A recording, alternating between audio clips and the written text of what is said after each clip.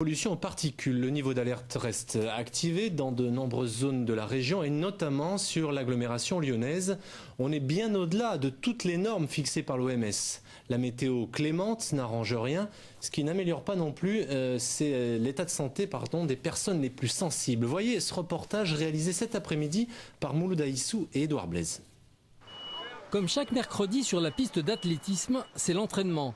L'air est un peu brumeux, mais les enfants courent en toute quiétude. Pour les encadrants, pas de mesures particulières. Les parents se sont inquiétés pour nous dire que suite à la pollution sur le bassin lyonnais, certaines écoles arrêtaient la pratique du sport en extérieur. Nous, on n'a pas eu d'informations, donc on préfère continuer. Et voilà, tout se passe bien. En région Rhône-Alpes, dans les grandes agglomérations, Lyon, Saint-Étienne, Grenoble, comme dans la vallée du Rhône et celle de Savoie, la pollution atmosphérique est installée depuis plusieurs jours. Pour les spécialistes de la surveillance de la qualité de l'air, on parle même d'un triste record cette année. 2011 est particulièrement exceptionnel, c'est-à-dire qu'on a un nombre de jours pollués très important, pas forcément lié à une augmentation sensible des émissions, mais plus lié à des conditions météorologiques défavorables pour la dispersion des polluants.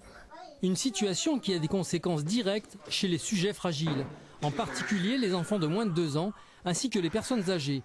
Les cabinets de kinés ne désemplissent pas. Une aide précieuse pour libérer les bronches atteintes par la pollution. Ça représente des irritants qui sont susceptibles effectivement par moment d'augmenter un peu le pourcentage de ces infections respiratoires ou de ces ennuis, de ces gènes respiratoires que ressentent les patients. Alors, doit-on interdire désormais les activités sportives en plein air ? Alors je dirais non, sauf chez des gens qui ont déjà une pathologie. Donc un enfant ou un adulte, je pense que c'est la même chose. En bonne santé, bien sûr, il faut qu'il continue à faire son jogging ou faire son activité sportive. Par contre, quelqu'un qui est fragile, donc comme je l'ai dit, du point de vue respiratoire, asthme par exemple, ou du point de vue cardiaque, il faut qu'il fasse attention. Selon les prévisions météo, la pollution devrait perdurer encore quelques jours. Le chômage